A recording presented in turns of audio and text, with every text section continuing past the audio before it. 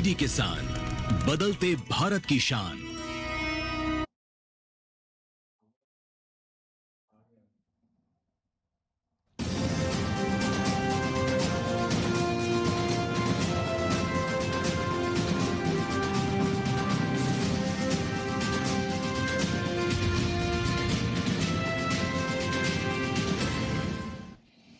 नमस्कार, किसान समाचार में आप सभी दर्शकों का स्वागत है। मैं हूं सैमा खान। नजर डाल लेते हैं सबसे पहले हेडलाइंस पर। महाराष्ट्र सरकार ने बारिश और बाढ़ से प्रभावित 99 लाख किसानों और मछुआरों के लिए जारी की 15,661 करोड़ रुपए की राहत राशि। डायरेक्ट बेनिफिट ट्रांसफर के माध्यम से किसानों के बैंक अकाउंट में भेजी गई राशि। उत्तर प्रदेश में 27-28 फरवरी को आयोजित होगा मीन महोत्सव। देश प्रदेश के लगभग 1000 मत्स्य पालक लेंगे भाग। उद्देश्य है आधुनिक तकनीकों का प्रसार, उद्यमिता बढ़ावा और मत्स्य पालकों की आय में वृद्धि। केंद्रीय ग्रामीण विकास राज्य मंत्री कमलेश पासवान ने असम में ग्रामीण परिवारों और आंगनवाड़ी कार्यकर्ताओं से किया संवाद। विकसित भारत रोजगार की गारंटी और आजीविका मिशन ग्रामीण पर सेमिनार में लिया भाग। लाल टमाटर के मुकाबले ज्यादा पौष्टिक माने जाने वाले काले टमाटर की खेती देश में सीमित इलाकों में हो चुकी है शुरू, और इससे ब्लड प्रेशर और ब्लड शुगर नियंत्रित रखने और हार्ट अटैक के खतरे कम करने में मिलती है मदद। और अब समाचार विस्तार से। महाराष्ट्र सरकार ने 2025 की भारी बारिश और बाढ़ से प्रभावित 99 लाख किसानों और मछुआरों को 15,661 करोड़ रुपए की राहत राशि उनके बैंक अकाउंट में डायरेक्ट बेनिफिट ट्रांसफर के माध्यम से जारी कर दी है। ये जानकारी राज्य के राहत और पुनर्वास मंत्री मकरंद पाटिल ने विधानसभा में दी। उन्होंने बताया है कि ये राशि उन किसानों और मछुआरों को दी गई जिनकी फसलें, घर, मवेशी और सूखा मछली स्टॉक बाढ़ से प्रभावित हुए हैं। विधानसभा में कई विधायकों ने राहत पैकेज की क्रियान्वयन प्रक्रिया को लेकर सवाल उठाए थे, जिनमें केवाईसी, आधार लिंकिंग और दस्तावेजी मुद्दों के कारण कई किसानों को राहत न मिलने की शिकायतें थीं। मंत्री पाटिल ने कहा कि इन समस्याओं के बावजूद 31,252 करोड़ के राहत पैकेज के 15,661 करोड़ का वितरण 99 लाख पात्र लाभार्थियों को किया गया है। उत्तर प्रदेश में 2 दिवसीय मीन महोत्सव 27 और 28 फरवरी को इंदिरा गांधी प्रतिष्ठान में आयोजित होगा। मत्स्य मंत्री डॉक्टर संजय कुमार निषाद ने इसकी जानकारी दी। महोत्सव में देश प्रदेश के वैज्ञानिक, उद्यमी और लगभग 1000 मत्स्य पालक भाग लेंगे। कार्यक्रम का उद्देश्य आधुनिक तकनीकों का प्रसार, उद्यमिता बढ़ावा और मत्स्य पालकों की आय में वृद्धि है। एक्सपो में तकनीकी सत्र, औद्योगिक प्रदर्शनी, योजनाओं की जानकारी, वेबकास्टिंग और फिश फूड कोर्ट आयोजित होंगे। विशेषज्ञों के साथ ही सीधा संवाद किसानों की समस्याओं के समाधान और बाजार से जुड़ाव में मदद करेगा।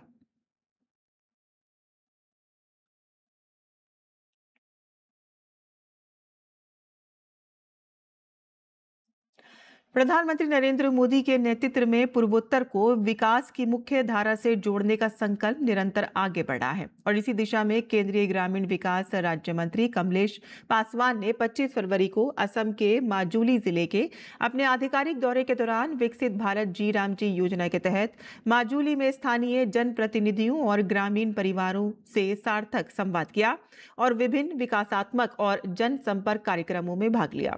और इसके पश्चात कमलेश पासवान ने गोबिंदपुर मॉडल आंगनवाड़ी केंद्र और गोबिंदपुर एलपी स्कूल का दौरा किया, जहां उन्होंने छात्रों, अभिभावकों, शिक्षकों और आंगनवाड़ी कार्यकर्ताओं के साथ संवाद किया। और इसके बाद कमलेश पासवान ने एकीकृत उपायुक्त कार्यालय गरामुर के सभागार में विकसित भारत रोजगार की गारंटी और आजीविका मिशन ग्रामीण विषय पर आयोजित एक सेमिनार में भाग लिया।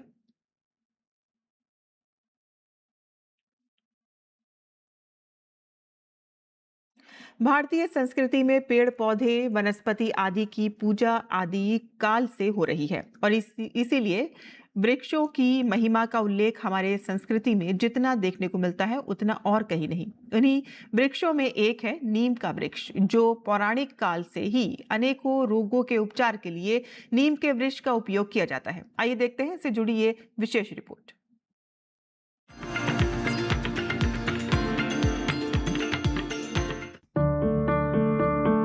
भारतीय संस्कृति और सभ्यता में प्रकृति को अत्यंत विशेष स्थान प्राप्त है। पुष्पों, फलों, वृक्षों व वनों की या कहें कि संपूर्ण वनस्पति जगत की महनीयता को हमारी संस्कृति में अनादिकाल से हो रही प्रकृति की पूजा से भी समझा जा सकता है। प्रकृति के विविध स्वरूपों को समझते हुए ही वृक्षायुर्वेद की भी रचना हमारी संस्कृति की अनन्य विशेषता है। वस्तुतः भारतीय संस्कृति में वृक्षों की जितनी महिमा व गरिमा का उल्लेख किया गया है, संभवतः किसी और देश की संस्कृति में ऐसा देखने को नहीं मिलता। प्रत्येक वृक्ष या कहें कि वनस्पति में प्रकृति की एक अनुपम शक्ति के साथ साथ एक गहरा रहस्य भी छुपा हुआ है, जिसका आख्यान वेदों, उपनिषदों, पुराणों, शास्त्रों, लोक विश्वासों व परंपराओं में अनेक रूपों में हमें दृष्टिगोचर होता है। इन्हीं वृक्षों में एक है नीम, जिसका पौराणिक काल से ही कई रोगों के उपचार के लिए प्रयोग किया जाता रहा है। नीम के वृक्ष का हर भाग इतना लाभकारी है कि संस्कृत में इसे सर्वरोग निवारक भी कहा जाता है, अर्थात यह सभी रोगों के लिए औषध स्वरूप है। अपने अनेक औषधीय गुणों के कारण नीम का आयुर्वेदिक चिकित्सा प्रक्रिया में पिछले हजारों सालों से प्रयोग हो रहा है। नीम को संस्कृत में निम्ब के अतिरिक्त अरिष्ट भी कहा जाता है। अरिष्ट का अर्थ होता है श्रेष्ठ, पूर्ण और कभी खराब न होने वाला। भाव प्रकाश, जो एक प्राचीन आयुर्वेद ग्रंथ है, वहां नीम के विभिन्न नामों का उल्लेख प्राप्त होता है। भाव प्रकाश के अनुसार नीम के अन्य नाम हैं निम्बः स्यात् पिचुमर्दश्च पिचुमन्दश्च तिक्तकः अरिष्टः पारिभद्रश्च हिंगुनिर्यास इत्यपि। इसके साथ ही भाव प्रकाश में नीम के औषधीय गुणों का वर्णन करने वाले अनेक श्लोक प्राप्त होते हैं। निम्बः शीतो लघुर्ग्राही कटुपाकोऽग्निवातनुत् अहृद्यः श्रमतृट्कासज्वरा रुचिकृमि प्रणुत् व्रणपित्त कफच्छर्दि कुष्ठ हृल्लासमेहनुत् निम्बपत्रं स्मृतं नेत्र्यं कृमि पित्त विष प्रणुत् वातलं कटुपाकं च सर्वारोचक कुष्ठनुत् नैम्बं फलं रसे तिक्तं पाके तु कटुभेदनं स्निग्धं लघूष्णं कुष्ठघ्नं गुल्मार्षः कृमिमेहनुत्। नीम अपनी प्रकृति के अनुसार शीत अर्थात ठंडा और लघु यानी हल्का होता है। अतिसार आदि को रोकने के साथ ही जठराग्नि को भी ठीक करता है और वात की समस्या को भी यह कम करता है। स्वाद में अरुचिकर नीम थकान, नींद, खांसी, ज्वर, भूख न लगने की समस्या में भी लाभकारी है। नीम के पत्ते घाव, पित्त, कफ, उल्टी, कुष्ठ अर्थात त्वचा रोग और प्रमेह को दूर करते हैं। नीम आंखों के लिए भी हितकारी है। यह कृमि, पित्त और विष का नाश करता है। इसका रस कड़वा होता है और इसके गांठ बवासीर, कृमि और प्रमेह को नष्ट करने में समर्थ है। आयुर्वेद के अन्य ग्रंथों के अनुसार नीम के अर्क में मधुमेह यानी डायबिटीज, बैक्टीरिया तथा वायरस से लड़ने के गुण पाए जाते हैं।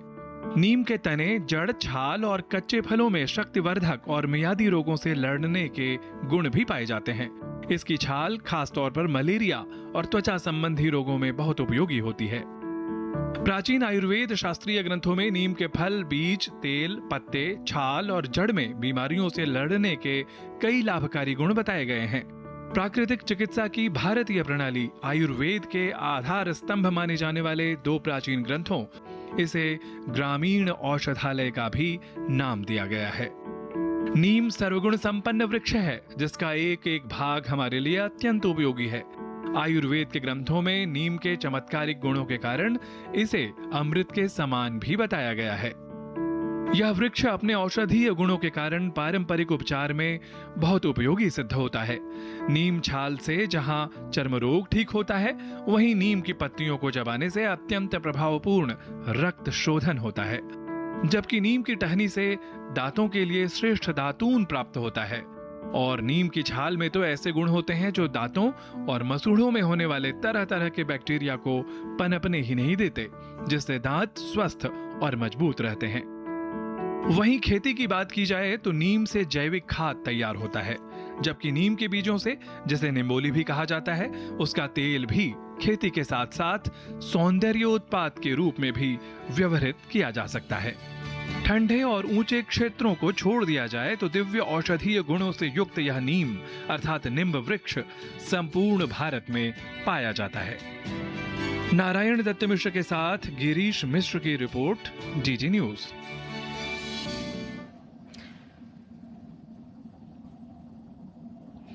और देश में लाल टमाटर के मुकाबले काले टमाटर को ज्यादा पौष्टिक माना जा रहा है।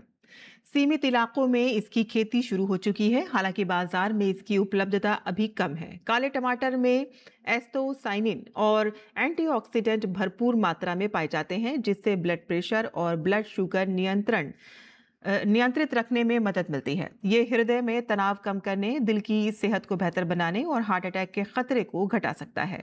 विटामिन ए और सी से भरपूर काला टमाटर आंखों की रोशनी, रोग प्रतिरोधक क्षमता और वजन नियंत्रण में भी सहायक माना जाता है। विशेषज्ञों के अनुसार उपलब्ध होने पर इसे आहार में शामिल करना लाभकारी हो सकता है।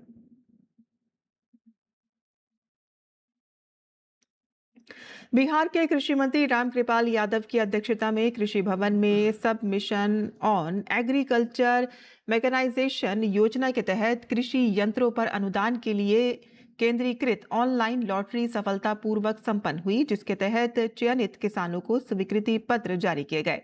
कृषि मंत्री ने बताया है कि प्रधानमंत्री नरेंद्र मोदी और मुख्यमंत्री नीतीश कुमार के नेतृत्व में राज्य सरकार छोटे एवं सीमांत किसानों को आधुनिक कृषि से जोड़कर उनकी आय बढ़ाने के लिए प्रतिबद्ध है। SMAM योजना के तहत 91 प्रकार के कृषि यंत्रों पर 40 से 80% तक अनुदान दिया जा रहा है और साथ ही कस्टम हायरिंग सेंटर और फार्म मशीनरी बैंक की स्थापना को भी प्रोत्साहित किया जा रहा है, ताकि किसानों को समय पर आधुनिक मशीनरी उपलब्ध हो सके।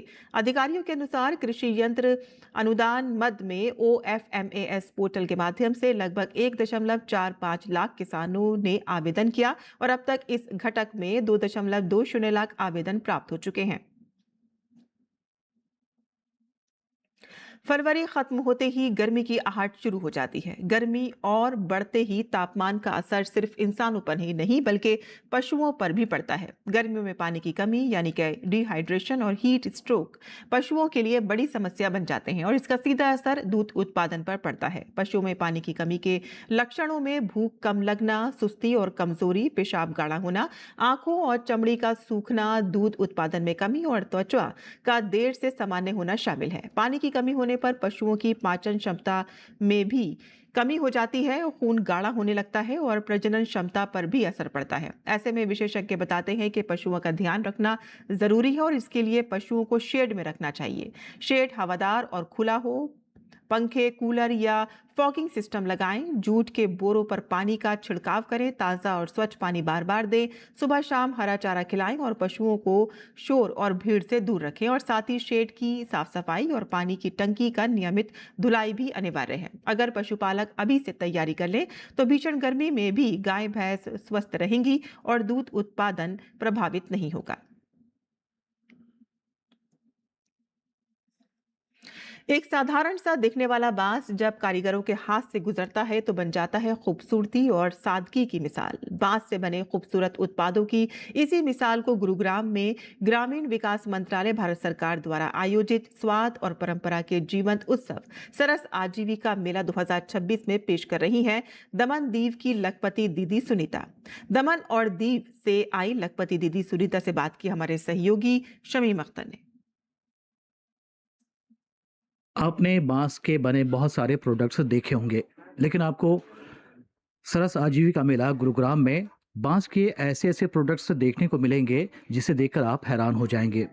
दमन और दीव से आई एक लखपति दीदी हैं सुनीता दीदी, वो बांस के प्रोडक्ट्स बनाती हैं। आइए उन्हीं से जानते हैं कि उन्होंने इस सफ़र को कब शुरू किया और अब उनकी क्या स्थिति है। हमने 2003 में समूह किया है, महिला मंडल बचत गट के हम सदस्य 11 है।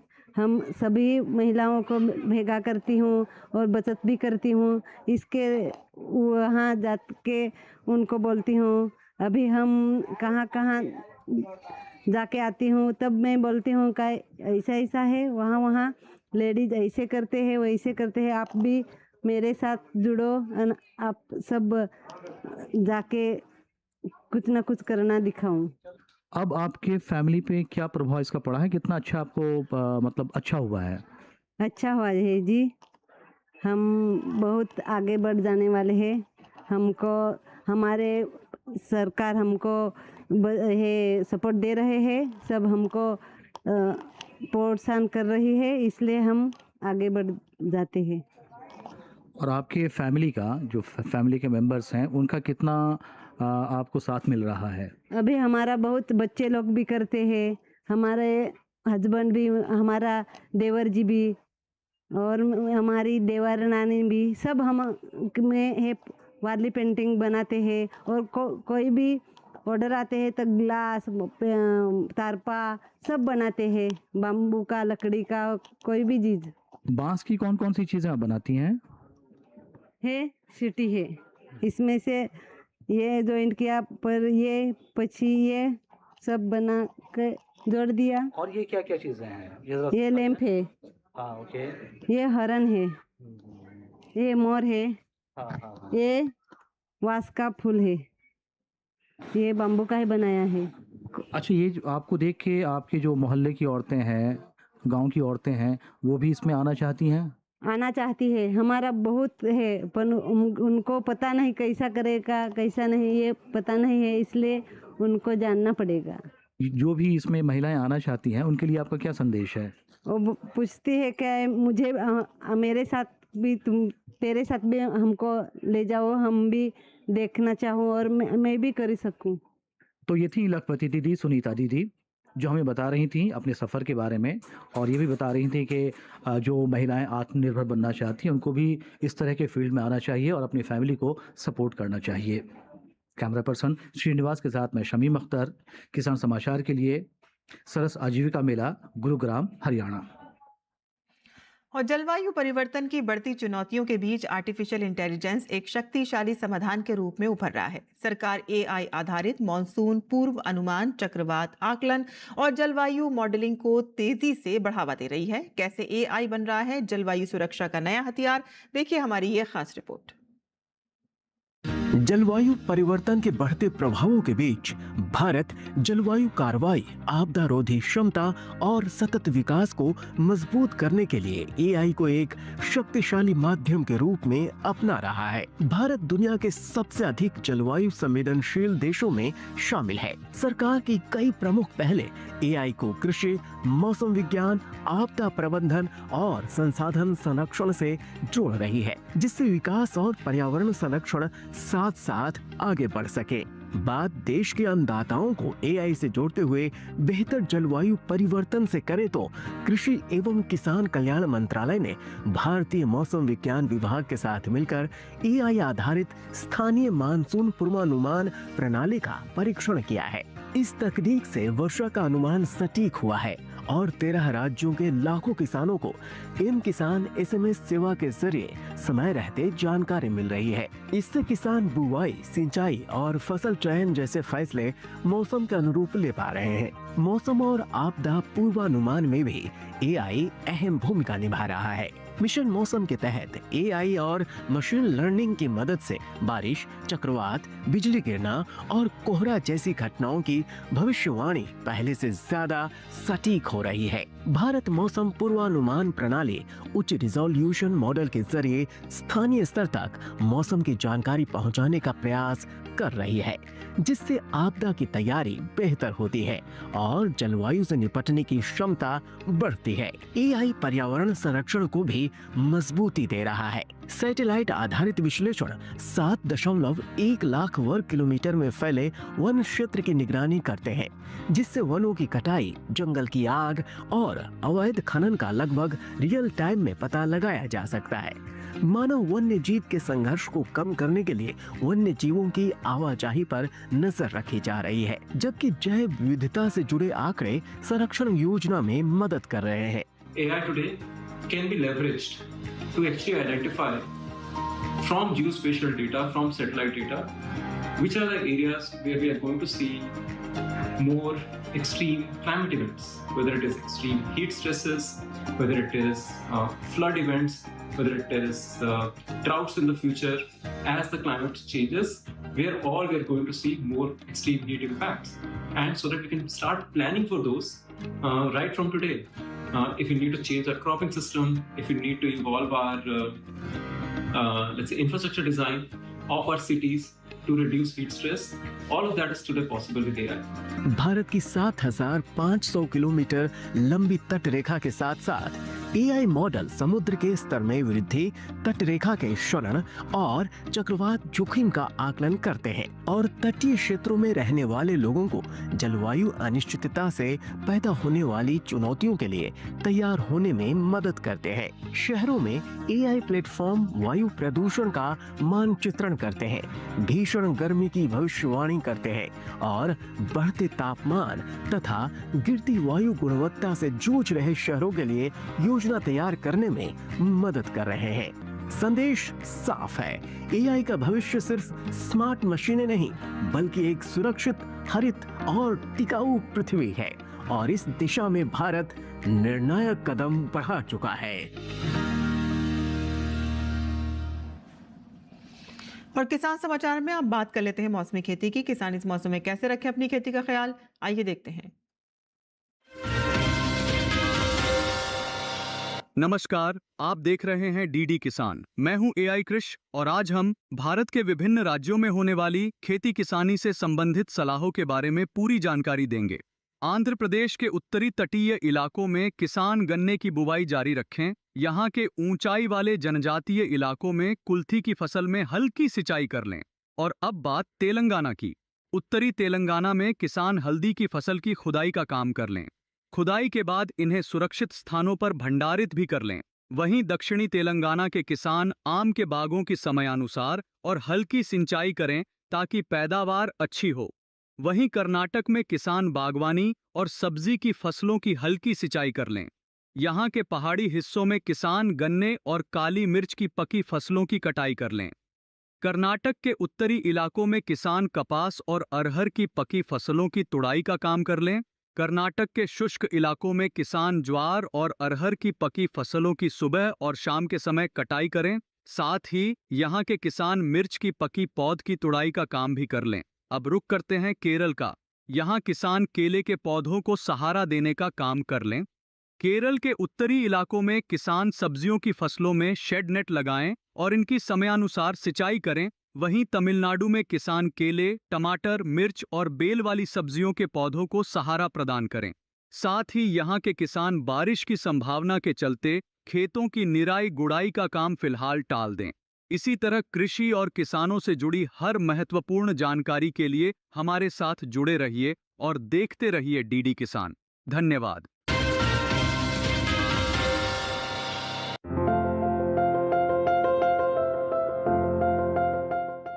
किसान इस समय खेतों में फूल गोभी की बुआई कर सकते हैं।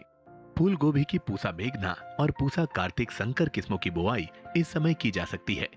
पूसा मेघना दिल्ली और हरियाणा के लिए काफी अच्छी रहती है। इस किस्म की 1 हेक्टेयर में 125 क्विंटल तक फसल ली जा सकती है। पूसा मेघना का आकार मध्यम होता है। इसमें हरे डंठल होते हैं और पूरे किनारे वाली पत्तियां होती हैं। इसके फूल का रंग सफेद होता है।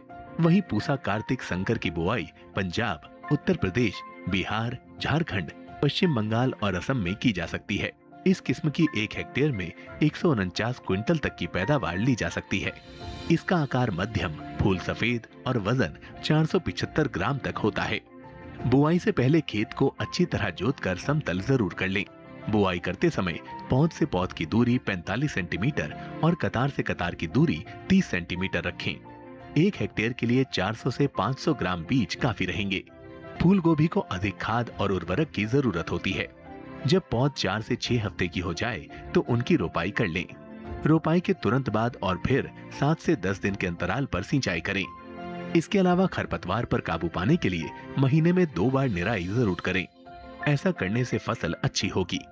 फसल को सुंडी और हीरक पतंगा से बचाने के लिए स्पाइनोसैट दवा की 2 मिलीलीटर यानी 2 छोटे चम्मच मात्रा को 10 लीटर पानी में मिलाकर छिड़काव करें।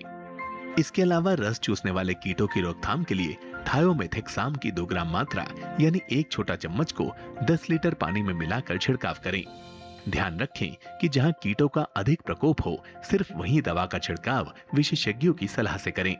इससे लागत पे भी कमी आएगी और पर्यावरण और सेहत को भी नुकसान कम होगा।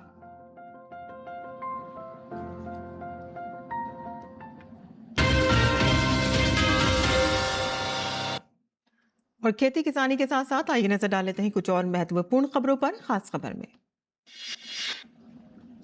प्रधानमंत्री नरेंद्र मोदी को इजराइल के सर्वोच्च संसदीय सम्मान से नवाजा गया। इजरायली संसद नेसेट के स्पीकर ने पीएम को ये मेडल प्रदान किया। प्रधानमंत्री Narendra Modi speaker of the Knesset medal पाने वाले पहले विश्व नेता बने। प्रधानमंत्री नरेंद्र मोदी ने इजराइल की संसद नेसेट को संबोधित किया और इस मौके पर पीएम ने हमास द्वारा 7 अक्टूबर 2023 को किए गए बर्बर आतंकवादी हमले की पीड़ितों के प्रति गहरी संवेदना व्यक्त की। पीएम मोदी की लोकप्रियता में एक और अनोखा रिकॉर्ड जुड़ गया है। प्रधानमंत्री नरेंद्र मोदी गुरुवार को इंस्टाग्राम पर 100 मिलियन फॉलोवर्स का ऐतिहासिक माइलस्टोन पार करने वाले दुनिया के पहले लीडर और पॉलिटिशियन बन गए हैं। प्रधानमंत्री नरेंद्र मोदी ने महान क्रांतिकारी वीर सावरकर की पुण्यतिथि पर उन्हें नमन किया। प्रधानमंत्री मोदी ने एक्स पर लिखा कि उनका व्यक्तित्व और कृतित्व हर पीढ़ी को राष्ट्र सेवा के लिए प्रेरित करता रहेगा। राज्यसभा चुनाव के लिए नामांकन प्रक्रिया आज से शुरू हो गई है, जिसमें 16 मार्च को 10 राज्यों की 37 सीटों के लिए मतदान होगा। यूपी के सीएम योगी आदित्यनाथ के जापान दौरे का आज दूसरा दिन है और इस दौरान सीएम योगी ने यामानाशी में कोमे कुरायामा हाइड्रोजन रिसर्च फैसिलिटी का दौरा किया। छत्तीसगढ़ के नक्सल प्रभावित बीजापुर जिले में सुरक्षा बलों ने एक बड़ी सफलता हासिल की है। इंद्रावती नदी के दुर्गम मैदानी और जंगली इलाकों में हुए एक भीषण मुठभेड़ में सुरक्षा बलों ने 2 माओवादियों को ढेर कर दिया। उद्योगपति अनिल अंबानी की मुश्किलें बढ़ती जा रही हैं। अनिल अंबानी की दिल्ली में ईडी ऑफिस पहुंचे हैं और ईडी ने उन्हें फॉरेन एक्सचेंज मैनेजमेंट एक्ट के तहत एक जांच के सिलसिले में पेश होने के लिए बुलाया था। किसान समाचार में आज के लिए बस इतना ही। अनुमति दें। नमस्कार।